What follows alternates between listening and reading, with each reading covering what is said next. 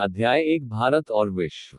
भारत और विश्व में 8वीं से 18वीं सदी तक के 1000 वर्षों में महत्वपूर्ण परिवर्तन आए।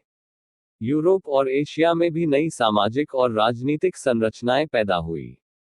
इन नई संरचनाओं ने लोगों के सोचने और जीने के ढंग पर गहरा प्रभाव डाला। इन परिवर्तनों का प्रभाव भारत पर भी पड़ा क्योंकि भूमध्य सागर के इर्द गिर्द के देशों तथा इस क्षेत्र में पैदा होने वाले विशाल साम्राज्यों के साथ, जिनमें रोमन और फारसी साम्राज्य भी शामिल थे, भारत के बहुत पुराने व्यापारिक और सांस्कृतिक संबंध थे। यूरोप यूरोप में 6ठी सदी की तीसरी चौथाई तक शक्तिशाली रोमन साम्राज्य, जिसने यूरोप और भूमध्यसागरीय क्षेत्र को एक किया था, दो भागों में बंट चुका था। पश्चिमी भाग को, जिसकी राजधानी रोम थी, रूस और जर्मनी की तरफ से आने वाले स्लाव और जर्मन कबीलों ने रौंद डाला। ये कबीले अनेक खेपों में आए तथा पुराने रोमन साम्राज्य के इलाकों को तहस नहस करने और लूटने में इन्होंने बहुत बड़ी भूमिका निभाई। लेकिन आगे चलकर ये कबीले यूरोप के विभिन्न भागों में बस गए, जिससे वहां की आबादी के चरित्र तथा भाषा और शासन के ढर्रा में गंभीर परिवर्तन आए। आधुनिक यूरोपीय राष्ट्रों में से अनेक की बुनियाद स्थानीय जनता के साथ इन कबीलों के मिश्रण के कारण इसी काल में पड़ी। प्राचीन रोमन साम्राज्य के पूर्वी भाग की राजधानी बैजंतीन या कुस्तुतुनिया में थी। इस साम्राज्य को बैजंतीनी साम्राज्य कहा जाता था। इसमें पूर्वी यूरोप का अधिकांश भाग तथा साथ ही आधुनिक तुर्की, सीरिया और मिस्र समेत उत्तरी अफ्रीका शामिल थे। इसने रोमन साम्राज्य की अनेक परंपराओं को जारी रखा, जैसे एक शक्तिशाली राजतंत्र और अत्यंत केंद्रीकृत प्रशासन। लेकिन धार्मिक विश्वास और कर्मकांडों में पश्चिम के कैथोलिक चर्च से, जिसका मुख्यालय रोम में था, इसके अनेक मतभेद थे। पूर्व के चर्च को यूनानी ऑर्थोडॉक्स चर्च कहा जाता था। रूस ने यूनानी ऑर्थोडॉक्स चर्च और बैजंतीनी शासकों के प्रयासों के कारण ही ईसाईयत को अपनाया।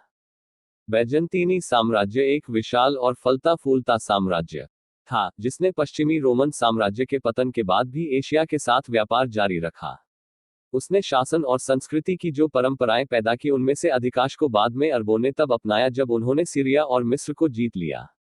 बैजंतीनी साम्राज्य ने यूनानी रोम सभ्यता और अरब जगत के बीच एक पुल का भी काम किया और आगे चलकर पश्चिम में यूनानी ज्ञान विज्ञान के पुनरुत्थान में सहायता पहुंचाई।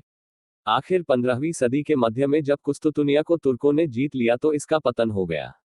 पश्चिम में रोमन साम्राज्य के पतन के सदियों बाद तक पश्चिमी यूरोप में बड़े नगरों का लगभग कोई पता नहीं था तथा विदेशी और घरेलू व्यापार को भारी धक्का लगा। इसका एक कारण सोने का अभाव था। रोम वाले सोना अफ्रीका से पाते थे और पूरब के साथ व्यापार के लिए उसका उपयोग करते थे। इतिहासकार एक लंबे समय से 6ठी से 10वीं सदी तक के काल को अंधकार युग कहते आए हैं। पर यह कृषि के प्रसार का काल भी था, जिसने 10वीं सदी के बाद नगरीय जीवन के पुनरुत्थान और विदेशी व्यापार की वृद्धि का रास्ता तैयार किया। 12वीं और 14वीं सदी के बीच पश्चिमी यूरोप एक बार फिर समृद्ध हो गया। विज्ञान और प्रौद्योगिकी की वृद्धि, नगरों का प्रसार तथा इटली के पदुआ और मिलान जैसे अनेक नगरों में विश्वविद्यालयों की स्थापना इस काल की उल्लेखनीय विशेषताएं थी। इन विश्वविद्यालयों ने उन नए ज्ञान विज्ञान और नए विचारों के विकास में महत्वपूर्ण भूमिका निभाई, जिन्होंने धीरे धीरे पुनर्जागरण को तथा एक नए यूरोप को जन्म दिया। फ्यूडलिज्म का उदय। रोमन साम्राज्य के विघटन के बाद पश्चिमी यूरोप में एक नए प्रकार के समाज और नई शासन व्यवस्था का जन्म हुआ। धीरे धीरे विकसित होने वाली इस नई व्यवस्था को फ्यूडलिज्म कहते हैं। फ्यूडलिज्म लैटिन शब्द फ्यूडम से व्युत्पन्न हुआ है, जिसका अंग्रेजी अनुवाद फीफ होता है। इस समाज में सबसे शक्तिशाली वे सरदार थे जो अपने सैनिक अनुयायियों के बल पर बड़े बड़े इलाकों पर हावी थे और शासन में भी अहम भूमिका निभाते थे। राजा एक अधिक शक्तिशाली सामंत जैसा ही होता था।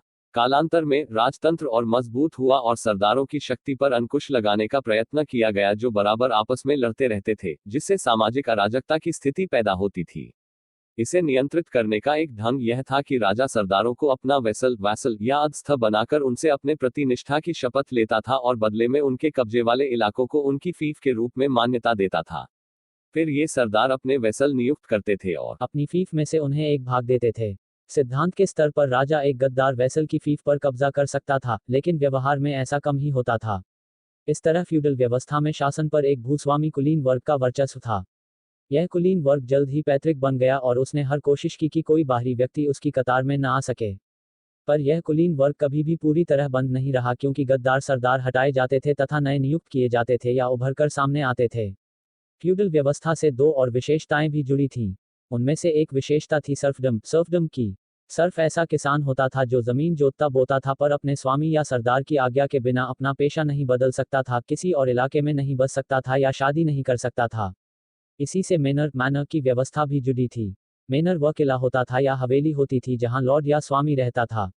अनेक यूरोपीय देशों में इन मैनरों के लॉर्ड बड़े बड़े इलाकों के भी मालिक होते थे। भूमि के एक भाग की जुताई लॉर्ड सीधे अपनी निगरानी में अपने सफ़ों की सहायता से कराता था और ये सर्फ अपने खेतों के अलावा लॉर्ड के खेतों को जोतने बोने के लिए बाध्य होते थे। सिद्धांत के स्तर पर भूमि लॉर्ड की होती थी तथा सर्फ उसे नकद या जिन्स के रूप में महसूल भी चुकाता था। कानून व्यवस्था बनाए रखने, न्याय प्रदान करने आदि की जिम्मेदारी भी मैनर के लॉर्ड पर होती थी। चूंकि उन दिनों काफी अव्यवस्था फैली हुई थी, इसलिए कभी कभी स्वतंत्र किसान भी सुरक्षा के बदले मैनर के लॉर्ड का वैसल बनने को तैयार हो जाते थे। कुछ इतिहासकारों का मत है कि सर्फडम प्रथा और मैनर व्यवस्था फ्यूडलिज्म के अभिन्न अंग थे और इसलिए जिन समाजों में इन दोनों का वजूद नहीं था उनमें फ्यूडलिज्म की बात करना गलत है। लेकिन यूरोप के सभी भागों में मैनर थे भी नहीं। भारत में न सर्फडम प्रथा थी और न मैनर व्यवस्था, लेकिन स्थानीय भूस्वामी तत्व सामंत फ्यूडल सरदारों की अनेक शक्तियों का इस्तेमाल करते थे और किसान वर्ग उन पर निर्भर था। दूसरे शब्दों में, महत्व इसका नहीं है कि किसान औपचारिक दृष्टि से स्वतंत्र थे या नहीं थे, बल्कि इसका है कि वे किस ढंग से और किस सीमा तक अपनी स्वतंत्रता का उपयोग और उपभोग कर सकते थे। पश्चिमी यूरोप के अनेक देशों में 14वीं सदी के बाद मैनर व्यवस्था का और श्रम के रूप में महसूल चुकाने अर्थात लॉर्ड की भूमि को महसूल के रूप में मुफ्त जोतने बोने की व्यवस्था का लोप हो गया। यूरोप में सामंतवाद से जुड़ी एक और विशेषता सेना का संगठन थी। घोड़े पर बैठा बख्तरबंद नाइट सामंती व्यवस्था का सबसे ज्वलंत प्रतीक था। वास्तव में, यूरोप में घुड़सवार युद्ध कला का आरंभ मोटे तौर पर 8वीं सदी से अधिक पीछे नहीं जाता। रोमन काल में लंबे बर्छों और छोटी तलवारों से लैस बड़े छोटे पैदल दस्ते सेना के प्रमुख अंग थे। घोड़ों का प्रयोग रथ खींचने के लिए किया जाता था जिनमें हाकिम सवारी करते थे। आम विश्वास है कि युद्ध की कला अरबों के आगमन के साथ बदली। अरबों के पास बड़ी तादाद में घोड़े थे तथा उनकी तेज गति और सवार तीरंदाजों ने पैदल सेना को बड़ी सीमा तक नाकाम बनाकर रख दिया। इस नई युद्ध कला के लिए आवश्यक संगठन विकसित करने और बनाए रखने की समस्याओं ने यूरोप में सामंतवाद के विकास में मदद पहुंचाई। कोई भी राजा अपने संसाधनों के बल पर विशाल घुड़सवार सेना बनाए रखने तथा उसे हथियारों और साज सामान से लैस करने की उम्मीद नहीं कर सकता था। इसलिए सेना का विकेंद्रीकरण किया गया तथा राजा की सहायता के लिए एक निर्धारित संख्या में घुड़सवार और पैदल सेना कायम रखने की जिम्मेदारी फ्यूडल लॉ को सौंप दी गई।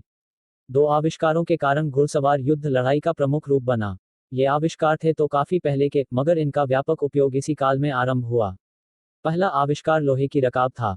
लोहे की रकाब के कारण हथियारों से पूरी तरह लैस सैनिक को तीर चलाते समय घोड़े की पीठ से गिरने का भय नहीं रहता था। उसके कारण सवार अपने शरीर से भाले को सटाकर हमला भी कर सकता था और उसके जवाबी आघात के कारण नीचे नहीं गिरता था। इससे पहले या तो लकड़ी की रकाब का प्रयोग किया जाता था या रस्सी के एक टुकड़े का जिसमें बस पांव टिकाकर रखा जा सकता था। दूसरा आविष्कार था एक नए प्रकार की जीन का जिसके कारण घोड़ा पहले की अपेक्षा दोगुना बोझ लेकर चल सकता था। ऐसा माना जाता है कि ये दोनों आविष्कार पूरब से यूरोप में पहुंचे, संभवतः चीन और कोरिया से। भारत में उनका प्रसार 10वीं सदी से शुरू हुआ। इस तरह राजनीतिक, आर्थिक और सैनिक अनेक कारण यूरोप में फ्यूडलिज्म के विकास के लिए उत्तरदायी थे। 11वीं सदी के बाद जब और भी शक्तिशाली सरकारें सामने आईं तब भी परंपरा इतनी जड़ पकड़ चुकी थी कि राजा फ्यूडल लॉर्डों की शक्ति को आसानी से कम नहीं कर सकता था। इतिहासकार जिसे मध्यकाल कहते हैं उस काल में फ्यूडलिज्म के अलावा यूरोप में जीवन के ढर्रे को ईसाई चर्च ने भी निर्धारित किया। हम बैजेंटीनी साम्राज्य और रूस में यूनानी ऑर्थोडॉक्स चर्च की भूमिका का पहले ही हवाला दे चुके हैं। पश्चिम में एक शक्तिशाली साम्राज्य के अभाव में कैथोलिक चर्च ने शासन के भी कुछ कार्यभार संभाल लिए। पोप, जो कैथोलिक चर्च का प्रमुख था, एक धर्मगुरु ही नहीं रहा बल्कि ऐसा व्यक्ति बन गया जिसके पास काफी कुछ राजनीतिक और नैतिक सत्ता भी थी। पश्चिम एशिया और भारत की तरह यूरोप में भी मध्यकाल धर्म का काल था और जो धर्म का प्रवक्ता होता था उसके पास काफी शक्ति और प्रभाव होता था। राजाओं और सामंत सरदारों से मिले भूदानों और धनी सौदागरों से प्राप्त दानों के बल पर अनेक मठ और विहार स्थापित किए गए। इनमें से फ्रांसिस्कन जैसे कुछ सिलसिले जरूरतमंदों और गरीबों के लिए कार्यरत थे। अनेक मठ यात्रियों को चिकित्सा सहायता या ठहरने की जगह देते थे। वे शिक्षा और ज्ञान विज्ञान के केंद्र का काम भी करते थे। इस प्रकार कैथोलिक चर्च ने यूरोप के सांस्कृतिक जीवन में अहम भूमिका निभाई। मगर कुछ मठ, जो अत्यंत धनी हो चुके थे, फ्यूडल लॉर्डों की तरह व्यवहार करने लगे। इससे आंतरिक कलह पैदा हुआ और उन शासकों के साथ उनका टकराव होने लगा जो चर्च और पोपों की दुनियावी ताकत से चिढ़े हुए थे। आगे चलकर यह टकराव पुनर्जागरण और सुधार आंदोलनों में प्रतिबिंबित हुआ। अरब दुनिया 7वीं सदी के बाद इस्लाम के उदय ने पश्चिम एशिया और पड़ोसी क्षेत्रों के सामाजिक, आर्थिक, सांस्कृतिक और राजनीतिक पक्षों पर गहरा प्रभाव डाला।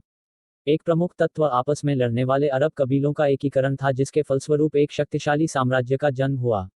आरंभिक खलीफों द्वारा स्थापित अरब साम्राज्य में अरब के अलावा सीरिया, इराक, ईरान, मिस्र, उत्तरी अफ्रीका और स्पेन शामिल थे। अरब कबीलों के अंदरूनी मतभेदों और गृहयुद्धों के कारण 8वीं सदी के मध्य में दमिश्क में बैठा खलीफा सत्ता खो बैठा और अब्बासी नाम का एक नया वंश सत्ता में आया। उसने नवस्थापित नगर बगदाद को अपनी राजधानी बनाया। अब्बासी स्वयं को पैगंबर मोहम्मद साहब के कबीले से संबंधित होने का दावा करते थे।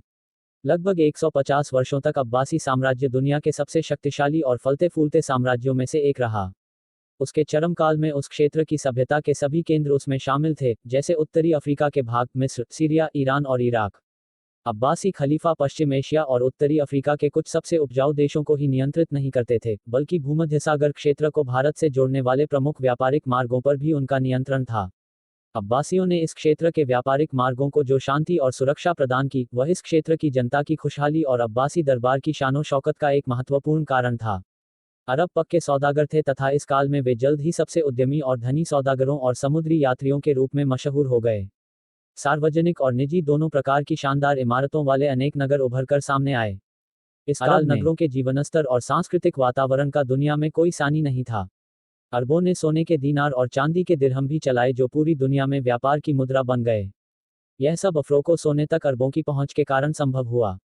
अरबों ने दोहरों प्रविष्टियों वाले खातों का, उन्नत खातेदारी का तथा बड़े पैमाने पर लंबी चौड़ी बैंकिंग और ऋण व्यवस्था का आरंभ किया, जिनमें विनिमय के बीजक खुदियां भी शामिल थे। इस काल के सबके मशहूर खलीफा अल-मामून और हारून अल-रशीद थे। उनके दरबार और महल को शानो शौकत तथा ज्ञान विज्ञान में प्रवीण लोगों को उनसे मिलने वाला संरक्षण अनेक कथा कहानियों के विषय बन गए। आरंभ में अरबों ने जिन प्राचीन सभ्यताओं को जीता था, उनके वैज्ञानिक ज्ञान और प्रशासनिक कौशल को आत्मसात करने की उन्होंने उल्लेखनीय क्षमता दिखाई। प्रशासन चलाने के लिए ईसाई व यहूदी जैसे गैर मुसलमानों को तथा गैर अरबों को भी नियुक्त करने में उन्हें कोई हिचक नहीं थी, खासकर ईरानियों को, जिनमें से अनेक पारसी थे, और बौद्ध भी। हालांकि अब्बासी खलीफा रूढ़िवादी मुसलमान थे, पर उन्होंने सभी दिशाओं में ज्ञान के दरवाजे खोल दिए, बशर्ते वह ज्ञान इस्लाम के बुनियादी तत्वों को चुनौती न दे। खलीफा अल-मामून ने यूनानी, बैजंतीनी, ईरानी और भारतीय विभिन्न सभ्यताओं के ज्ञानग्रंथों का अरबी भाषा में अनुवाद कराने के लिए बगदाद में एक बैतुल हिकमत ज्ञान गृह की स्थापना की। खलीफों द्वारा कायम की हुई मिसाल को कुलीनों ने भी अपनाया।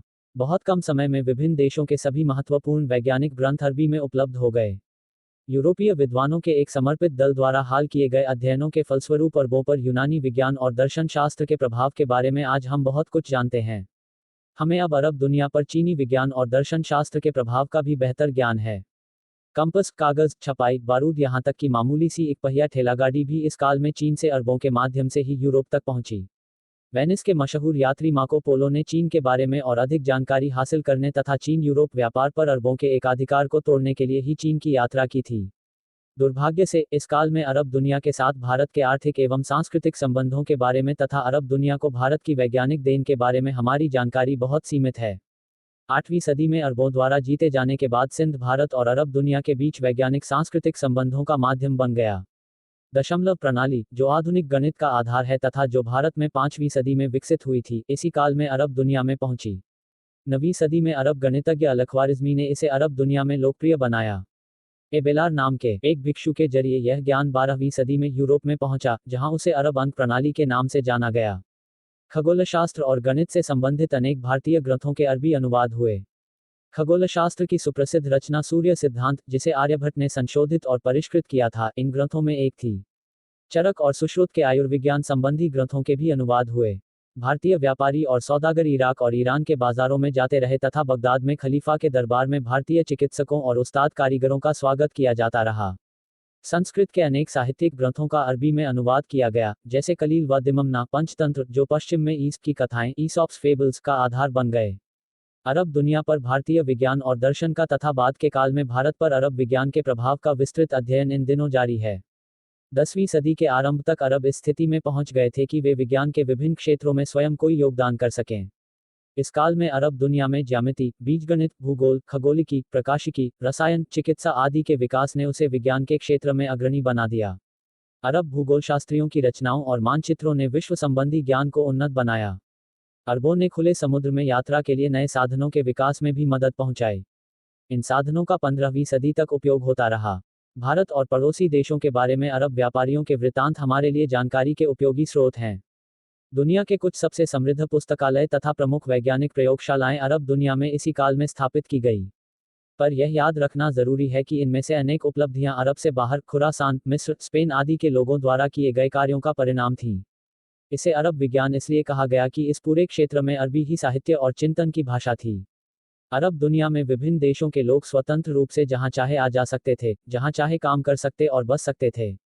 वैज्ञानिकों और विद्वानों को प्राप्त उल्लेखनीय बौद्धिक और व्यक्तिगत स्वतंत्रता और उनको प्राप्त संरक्षण भी अरब विज्ञान एवं सभ्यता की उल्लेखनीय वृद्धि के महत्वपूर्ण कारण थे। ईसाई चर्च के कठोर रवैये के कारण यूरोप में उन दिनों ऐसी स्वतंत्रता प्राप्त नहीं थी। भारत में भी शायद ऐसी ही स्थिति थी, क्योंकि इस काल में अरब वैज्ञानिकों में से शायद ही कोई भारत में आया हो। भारतीय विज्ञान के विकास की गति भी धीमी रही।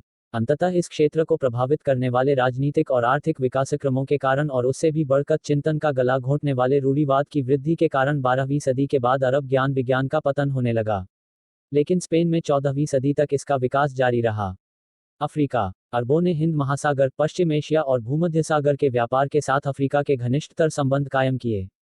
अफ्रीका के पूर्वी तट के किनारे किनारे मलिंदी और जंजीबार तक अरबों के प्रवास और व्यापारिक कार्यकलापों में बहुत वृद्धि हुई। लेकिन अरबों के व्यापार में बड़े पैमाने पर गुलामों का तथा सोने, हाथी दांत आदि का निर्यात भी शामिल था। अफ्रीका में एक काफी प्राचीन, शक्तिशाली इथियोपिया का राज्य भी था, जिसमें अनेक नगर थे। इथियोपिया वाले हिंद महासागर में अदन से लेकर भारत तक व्यापार करते थे। हबशी कहलाने वाले ऐसे अनेक इथियोपियावासी ईसाई थे। हिंद महासागरीय व्यापार में वे बैजंतीनी साम्राज्य के घनिष्ठ सहयोगी थे। बैजंतीनी साम्राज्य के पतन के बाद उनकी आर्थिक स्थिति कमजोर हो गई। चीन और दक्षिण पूर्व एशिया। चीन के साथ भारत के प्राचीन काल से ही आर्थिक और सांस्कृतिक संबंध थे, जल और थल दोनों के रास्ते। 8वीं और 9वीं सदियों में तांग शासन के अधीन चीन का समाज और वहां की संस्कृति प्रगति के उच्च सोपान पर पहुंच चुकी थी। तांग शासकों की अधिराजी मध्य एशिया में सिनकियांग के बहुत बड़े बड़े हिस्सों पर, जिनमें काशगर भी शामिल था, फैली हुई थी। इसके कारण जिसे रेशम मार्ग कहते हैं, उससे होकर स्थलीय व्यापार को काफी बढ़ावा मिला। इस रास्ते से रेशम ही नहीं, बल्कि उम्दा चीनी मिट्टी के बर्तन तथा कम कीमती रत्न पुखराज की बनी वस्तुएं भी पश्चिम एशिया, यूरोप और भारत को निर्यात की जाती थीं। चीन में विदेशी व्यापारियों का स्वागत होता था।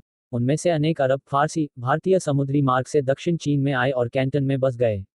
9वीं सदी के मध्य में तांग साम्राज्य का पतन हुआ तथा 10वीं सदी में उसे सुंग राजवंश ने विस्थापित कर दिया। सुंग राजवंश लगभग 300 वर्षों तक चीन पर शासन करता रहा। आरबिक सुंग काल, विशेषकर 11वीं सदी का काल, चीन में अत्यधिक आर्थिक प्रसार का काल था।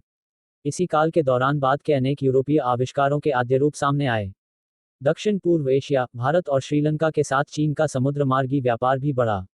आगे चलकर 13वीं सदी में चीनी शासनतंत्र की बढ़ती कमजोरी ने मंगोलों को चीन विजय का अवसर दिया। उन्होंने चीन में मौत और तबाही का तांडव किया। लेकिन अपने घोर अनुशासित और गतिशील घुड़सवार दस्तों के बल पर मंगोल पहली बार एक शासन के अंतर्गत उत्तर और दक्षिण चीन का एकीकरण करने में सफल रहे।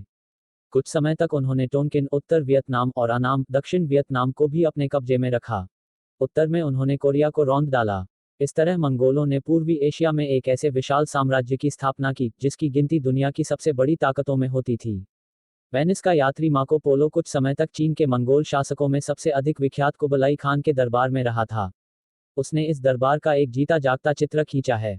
मार्को पोलो समुद्री मार्ग से इटली लौटा और रास्ते में उसने भारत में मालाबार को भी देखा।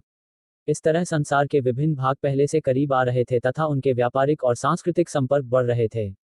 दक्षिण पूर्व एशिया के देशों को कुछ चीनी शासकों की विस्तारवादी मुहिम का सामना करना पड़ा। तब तक चीन ने एक मजबूत नौसेना तैयार कर ली थी। लेकिन दक्षिण पूर्व एशिया के राज्य अधिकतर स्वतंत्र ही रहे। इस क्षेत्र में इस काल में पनपने वाले दो सबसे शक्तिशाली राज्य शैलेंद्र और कंबुज साम्राज्य थे। शैलेंद्र राजवंश 8वीं सदी में उभरा तथा उसने श्रीविजय साम्राज्य को काफी हद तक विस्थापित कर दिया। शैलेंद्र साम्राज्य 10वीं सदी तक फलता फूलता रहा। इस साम्राज्य के चरम काल में इसमें सुमात्रा, जावा, मलय प्रायद्वीप, सियाम, आधुनिक थाईलैंड के कुछ भाग शामिल थे और तेज से तेज चलने वाली नौक भी 2 साल में इस विशाल साम्राज्य का चक्कर नहीं लगा सकती थी। शैलेंद्र शासकों के पास एक मजबूत नौसेना थी तथा चीन के साथ समुद्री व्यापार पर उनका वर्चस्व था। दक्षिण भारत के पल्लवों के पास भी एक शक्तिशाली नौसेना थी। पल्लव नौसेना विशेषकर बंगाल की खाड़ी में सक्रिय थी। दक्षिण पूर्व के देशों और चीन के साथ समुद्री व्यापार इतना महत्वपूर्ण हो चला था कि 10वीं सदी में एक चोल शासक ने सुमात्रा और मलाया की ओर अनेक नौसैनिक अभियान रवाना किए ताकि संचार के समुद्रों रास्तों को खुला रखा जा सके तथा व्यापार के नए अवसरों की तलाश की जा सके। ईस्वी संवत की आरंभिक सदियों में, बल्कि उससे पहले भी, इस क्षेत्र के देशों के साथ भारत के घनिष्ठ व्यापारिक और सांस्कृतिक संबंध थे। अनेक चीनी और भारतीय व्यापारी इस साम्राज्य की राजधानी पलेम्बंग जाते थे जो सुमात्रा में स्थित था। पलेम्बंग और भी पहले से संस्कृत और बौद्ध अध्ययन का केंद्र बना हुआ था। इस काल में राजाओं ने यहाँ भव्य मंदिर बनवाए। इनमें सबसे प्रसिद्ध पूर्वी जावा का बोरोबुद्र मंदिर है जो बुद्ध को समर्पित है। यह एक मुकम्मल पहाड़ी है जिसे तराशकर 9 मंजिलें निकाली गई हैं और सबसे ऊपर एक स्तूप है। रामायण और महाभारत जैसे भारतीय महाकाव्यों के दृश्य इस मंदिर की पट्टिकाओं पर दिखाए गए हैं तथा ये साहित्य, लोक कला, कठपुतली के खेलों आदि के लिए पसंदीदा विषय रहे हैं। शैलेंद्र शासक को जबाग का महाराज कहा जाता था जिसका अर्थ सुवर्ण भूमि था। कंबुज साम्राज्य कंबोडिया और अनाम, दक्षिण वियतनाम में फैला हुआ था। उसने फूनान के हिंदू रंग में रंगे राज्य को विस्थापित किया था जिसका इस क्षेत्र में पहले वर्चस्व था। कंबुज साम्राज्य 15वीं सदी तक फलता फूलता रहा तथा उसने सांस्कृतिक विकास और समृद्धि का एक ऊंचा स्तर प्राप्त कर लिया था। कंबोडिया में अंकोरथोम के पास स्थित मंदिर समूह को उसकी सबसे शानदार उपलब्धि माना जा सकता है। मंदिर निर्माण का सिलसिला 10वीं सदी में आरंभ हुआ। उसके बाद हर राजा अपनी याद छोड़ने के लिए वहां एक नया मंदिर बनवाता रहा और इस तरह 3.2 वर्ग किलोमीटर क्षेत्र में वहां 200 से अधिक मंदिर बन गए। इनमें से अंकोर वाट का मंदिर सबसे बड़ा है। इसमें 3 किलोमीटर लंबे बंद गलियारे हैं जिनमें देवी देवताओं और अप्सराओं की सुंदर मूर्तियां हैं तथा कुशलता से तराशी गई ऐसी पट्टिकाएं हैं जिन पर रामायण और महाभारत के दृश्य अंकित हैं। 1860 में एक फ्रांसीसी द्वारा की गई खोज के पहले तक बाहरी दुनिया इमारतों के इस पूरे समूह को पूरी तरह भूल चुकी थी और वह अधिकतर जंगलों से ढक चुका था। दिलचस्प बात यह है कि मंदिर निर्माण का काल 10वीं से 12वीं सदी तक तीव्रतम गति से चला, जो भारत में भी मंदिर निर्माण का सबसे शानदार काल था। मलय प्रायद्वीप के तक्कल बंदरगाह से स्थल के रास्ते चीन सागर तक यात्रा करते हुए अनेक भारतीय व्यापारी दक्षिण चीन गए। दक्षिण पूर्व एशिया के देशों और दक्षिण चीन में अनेक ब्राह्मण और आगे चलकर बौद्ध भिक्षु बस गए। बौद्ध धर्म चीन से चलकर कोरिया और जापान में पहुंचा। भारतीय भिक्षु कोरिया में गए और वहां उन्होंने एक कोरियाई लिपि के विकास को प्रभावित किया जो भारतीय लिपि से मिलती जुलती थी। कालांतर में भारत में तो बौद्ध धर्म का ह्रास हो गया पर दक्षिण पूर्व एशिया में वह फलता फूलता रहा। वास्तव में वहां बौद्ध धर्म ने हिंदू देवी देवताओं को आत्मसात किया, यहां तक कि उसने हिंदू मंदिरों को भी अपना लिया। यह उस समय भारत में हो रही घटनाओं का उल्टा था। इस तरह पश्चिम, दक्षिण पूर्व एशिया और चीन के साथ तथा मडागास्कर और अफ्रीका के पूर्वी तट के देशों के साथ भारत का घनिष्ठ व्यापारिक और सांस्कृतिक संबंध था। दक्षिण पूर्व एशिया के विभिन्न देशों ने भारत, चीन तथा बाहरी दुनिया के बीच व्यापारिक एवं सांस्कृतिक संपर्कों के लिए सेतु का काम किया। भारतीय सभ्यता और संस्कृति से गहराई से प्रभावित होते हुए भी दक्षिण पूर्व एशिया के देशों ने अपनी अपनी विशिष्ट संस्कृति विकसित की जो उच्च स्तर की थी।